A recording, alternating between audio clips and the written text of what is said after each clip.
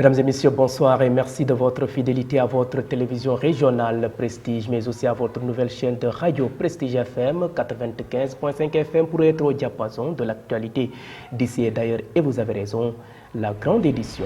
Au sommaire, dissolution du gouvernement, Maître Sidiki Kaba est nommé nouveau Premier ministre. Il succède ainsi à Amadou Ba et devra dans les jours à venir former un nouveau gouvernement. Le collectif Non à l'amnistie s'est exprimé en opposition à la proposition de loi d'amnistie du président de la République Macky Sall devant l'Assemblée nationale. Dans une conférence de presse, les membres du Sénat ont qualifié cette amnistie de discriminatoire et de ségrégationniste. Dans leur projet de donner un nouveau visage à leur quartier, les jeunes de Cité Lamy, dans la commune de Thiès-Est, ont peint une soixantaine de maisons. Objectif, offrir un meilleur cadre de vie aux habitants de ce quartier. Le suivi de l'actualité internationale et la page sportive mettront à terme à ce rendez-vous d'actualité. Merci de votre fidélité. Le développement, c'est dans une poignée de secondes.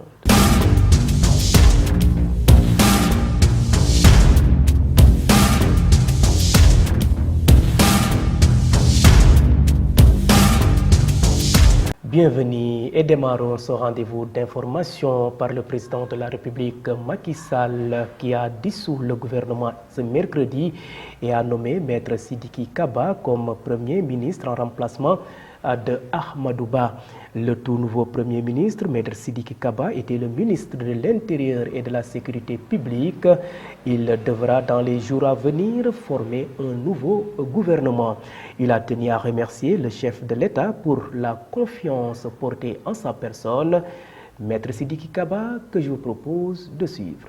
Je voudrais remercier très sincèrement son Excellence, Monsieur le Président de la République, Macky Sall, qui a porté son choix sur ma modeste personne pour être le Premier ministre du Sénégal. C'est une confiance renouvelée parce que il a eu à me nommer à des ministères régaliens, ministre de la Justice, ministre des Affaires étrangères, ministre des Forces armées, ministre de l'Intérieur, aujourd'hui Premier ministre du Sénégal, à une station élevée de l'architecture gouvernementale. Je voudrais remercier mes parents pour l'éducation qu'ils m'ont donnée.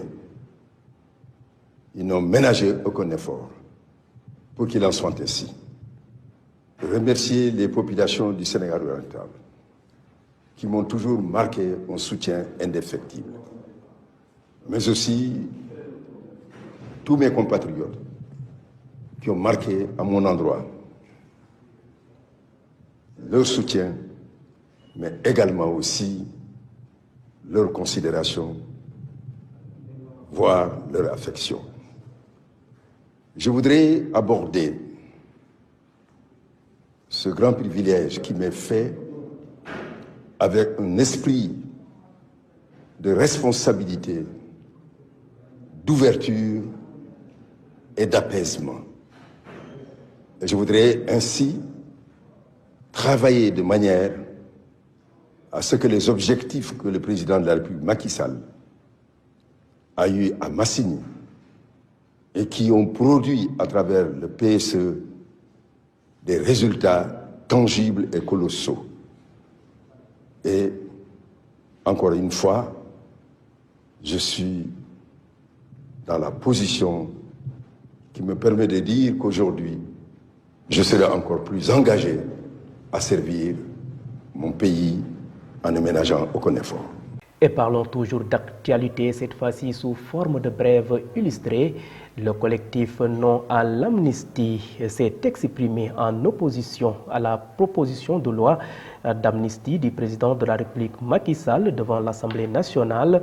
Dans une conférence de presse, les membres du Sénat ont qualifié cette amnistie de discriminatoire et ségrégationniste, appelant le président à respecter la mémoire des victimes des manifestations du mois de mars 2021. Pour Saher Mangane et ses collègues, plutôt que d'amnistier les coupables, il est essentiel de recenser les victimes et de protéger la stabilité du pays. Le CNA promet de mobiliser toutes ses ressources pour faire retirer cette loi de l'Assemblée nationale. Vous suivez le rendez-vous de l'actualité grâce à votre nouvelle chaîne de Radio Prestige FM qui émet en modulation de fréquence sur les 95.5 FM ici à Thiès. Et à présent, parlons société dans cette édition. Dans le souci de donner un nouveau visage à leur quartier, les jeunes de Cité Lamy dans la commune de Thiès-Est ont peint une soixantaine de maisons et réparé les murs délabrés, apporté l'éclairage public et construit des puisards dans chaque coin et recoin. Ce projet d'une valeur de 3 millions de francs CFA a été entièrement financé par les riverains. Amadou Dia, un des initiateurs de ce projet d'embellissement, donne plus de détails. Je vous propose de le suivre. Un projet d'éco-quartier qui a été initié par les jeunes de notre quartier. Qui dit éco-quartier parle de développement de son quartier. Qui parle de développement de son quartier parle vraiment de l'amélioration du cadre de vie. Nous sommes une association de quartier qui s'appelle Plateau Family. Plateau Family, une appellation courante pour regrouper des gens d'une même famille. Et il s'est trouvé qu'à un moment donné, la conscience positive de la majeure partie du quartier, c'était de tout faire pour rendre le quartier propre, pour améliorer un peu le cadre de vie de ce quartier-là. Et raison pour laquelle nous sommes aujourd'hui ici, après vraiment avoir fait une visite de tout le quartier. Une soixantaine de concessions concernent le quartier. Nous voudrions, à travers l'allure de notre quartier d'avant, qui était un quartier populaire, qui dit Salamine, parle de quartier populaire. Nous avions en son temps un quartier où les murs étaient délabrés, les murs tombaient en ruine, où il y avait même des murs qui avaient de grands trous. Et nos enfants, en y montant, étaient susceptibles d'insécurité, de danger. Alors, nous avons vu un exemple patent. Nos voisins de la rue Fucus qui ont vraiment peint leurs murs en une seule et unique couleur, qui ont planté des arbres, qui ont fait un pavage dans les rues. Et nous avons voulu recopier ce bon exemple. Raison pour laquelle nous aussi, nous avons réparé beaucoup de murs de notre quartier.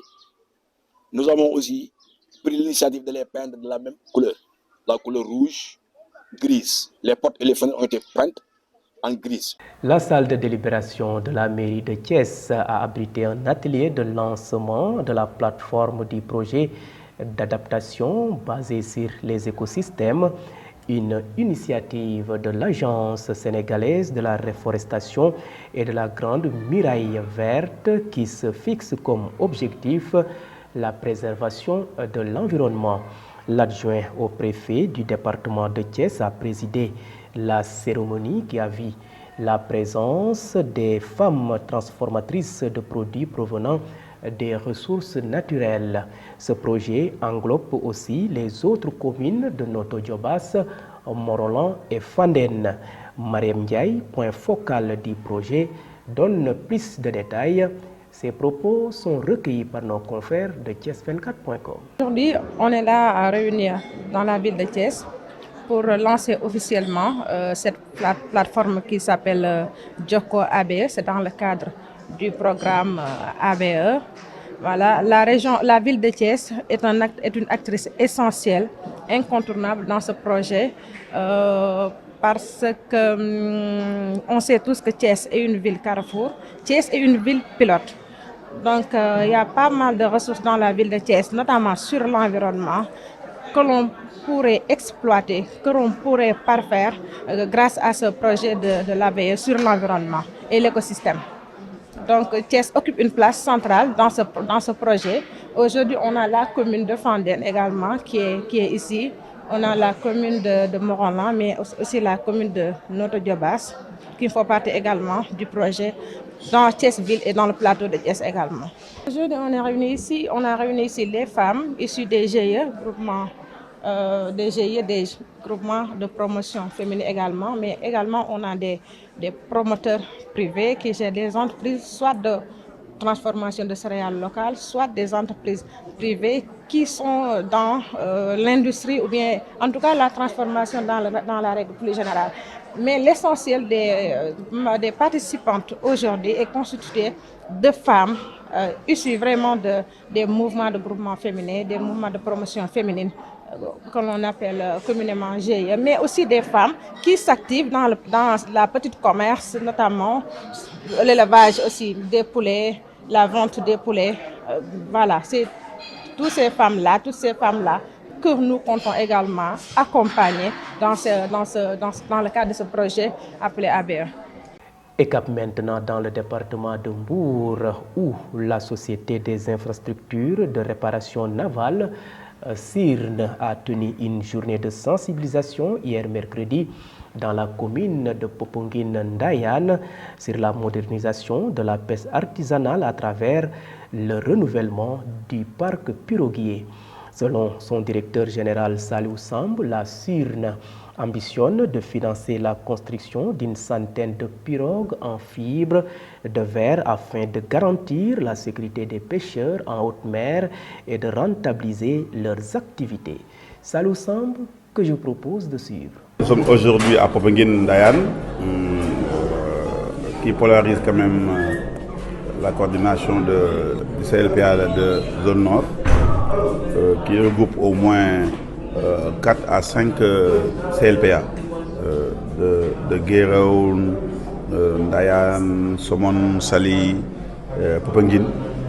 Et nous sommes toujours dans cette lancée de sensibilisation pour booster la modernisation de la pêche artisanale dans son volet changement des pirogues en bois par des pirogues en fibre de verre. Et donc,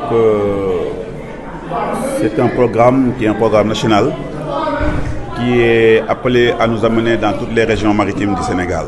L'objectif premier est la sécurité du pêcheur. La pirogue en fibre de verre a des caractéristiques qui lui permettent de sécuriser le pêcheur, de lui donner une rentabilité par rapport à l'économie en carburant, la qualité du produit, l'amélioration de la qualité du produit et de lui permettre d'avoir une activité saine et rémunératrice qui lui permettra vraiment de pouvoir continuer ses activités en toute sérénité. C'est un programme qui est inscrit dans le PAP 2 et PAP 3 actuellement et qui revêt au niveau de la CIRN un caractère important, le caractère de la construction navale. Comme vous le savez, avec les changements climatiques, l'État est en train d'anticiper sur ces problèmes futurs qui peuvent se poser et qui gangrènent quand même le secteur de la pêche, à savoir la mobilité, même au niveau maritime, l'accessibilité à la ressource et la continuité et la pérennité même de l'activité de la pêche maritime.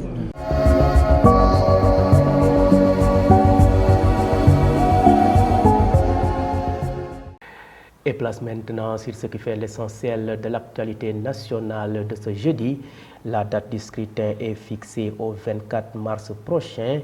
Le président de la République Macky Sall a fait l'annonce en Conseil des ministres, nous dit Mame Biram Cissé Gaye. Le président de la République a informé le Conseil des ministres de la fixation de la date de l'élection présidentielle au dimanche 24 mars 2024. Le chef de l'État a par ailleurs félicité l'ensemble des gouvernements qui se sont succédés sous son autorité depuis 12 ans pour les résultats exceptionnels obtenus dans le cadre de la mise en œuvre du plan Sénégal émergent. Le président de la République a aussi informé le Premier ministre et les ministres de la formation d'un nouveau gouvernement. Parlons autre chose avec 95 voix pour 48 contre et 2 abstentions. L'Assemblée nationale du Sénégal a adopté le projet de loi d'amnistie après une plénière intense qui a débuté hier mercredi 6 mars 2024 en présence de la ministre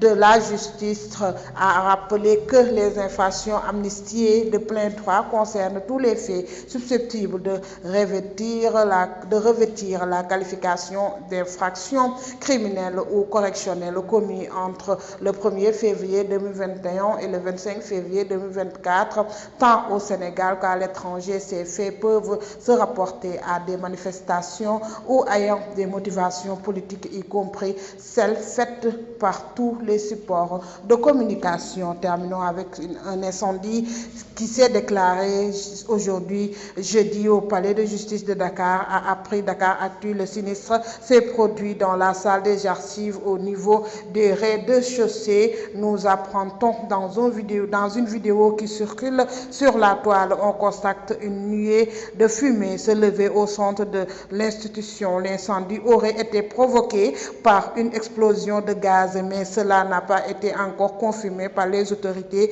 Les sapeurs-pompiers ont débarqué sur les lieux pour s'activer et éteindre le feu. L'institution judiciaire a été évacuée par les gendarmes avant de quadriller les lieux du sinistre. C'était tout pour cette actualité nationale.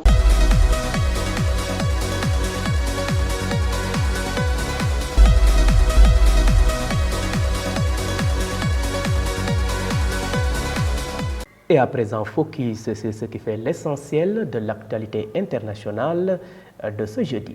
L'actualité internationale sur Prestige TV, les chefs des armées du Niger, du Mali et du Burkina Faso, 3 régimes militaires regroupés au sein de l'Alliance des États du Sahel, ont annoncé hier mercredi 6 mars à Niamey la création d'une force conjointe pour combattre les groupes djihadistes qui les frappent.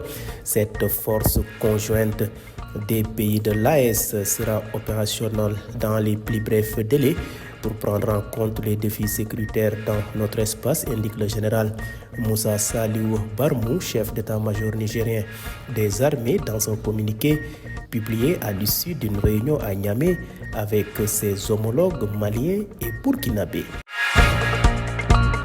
En République démocratique du Congo, après 2 jours de combat, les rebelles du M23 se sont emparés de plusieurs villes et villages du territoire de Rutshuru dans l'est du pays, provoquant la fuite de plus de 200 000 personnes selon l'Organisation des Nations Unies.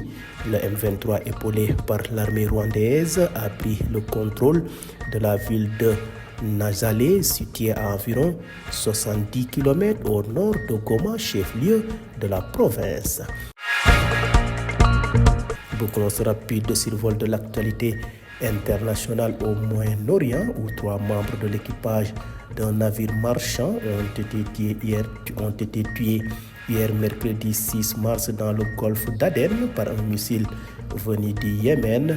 D'après l'armée américaine, dans ce qui semble être la première attaque mortelle directe des rebelles houthis au large du Yémen, le gouvernement philippin a précisé dans un communiqué que 2 de ses ressortissants avaient été tués dans l'attaque et 2 autres grièvement blessés.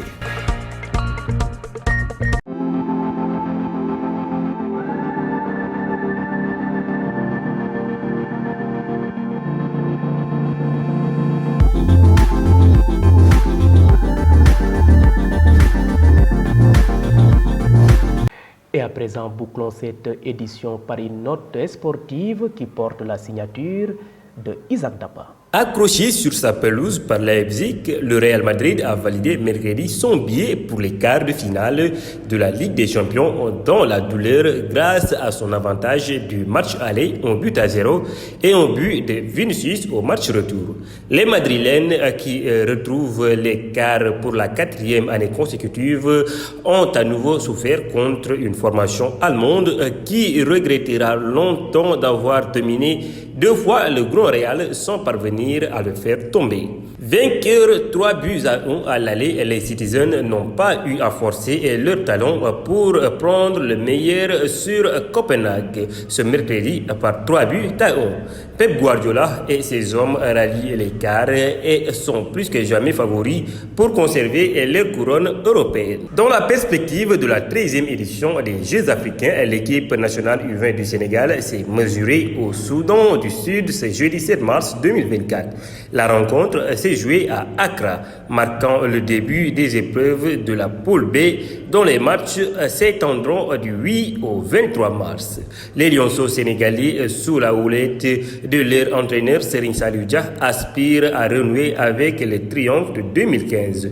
La présence du gardien de but Prince Ali Gueye symbolise la détermination de l'équipe pour confirmer leur statut dans cette compétition.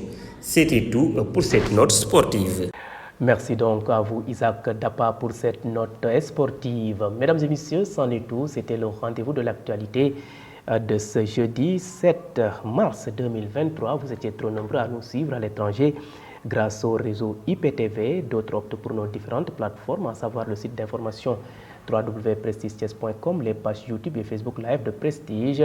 Et mention spéciale à nos auditeurs qui nous ont suivis grâce à cette nouvelle chaîne de radio Prestige FM qui émet en modulation de fréquence sur les 95.5 FM ici à Thiès. Et gardez la fréquence sur les 95.5. D'un moment à l'autre, je vous retrouve pour le suivi de l'actualité en Wolof. Merci et bonne fin de soirée.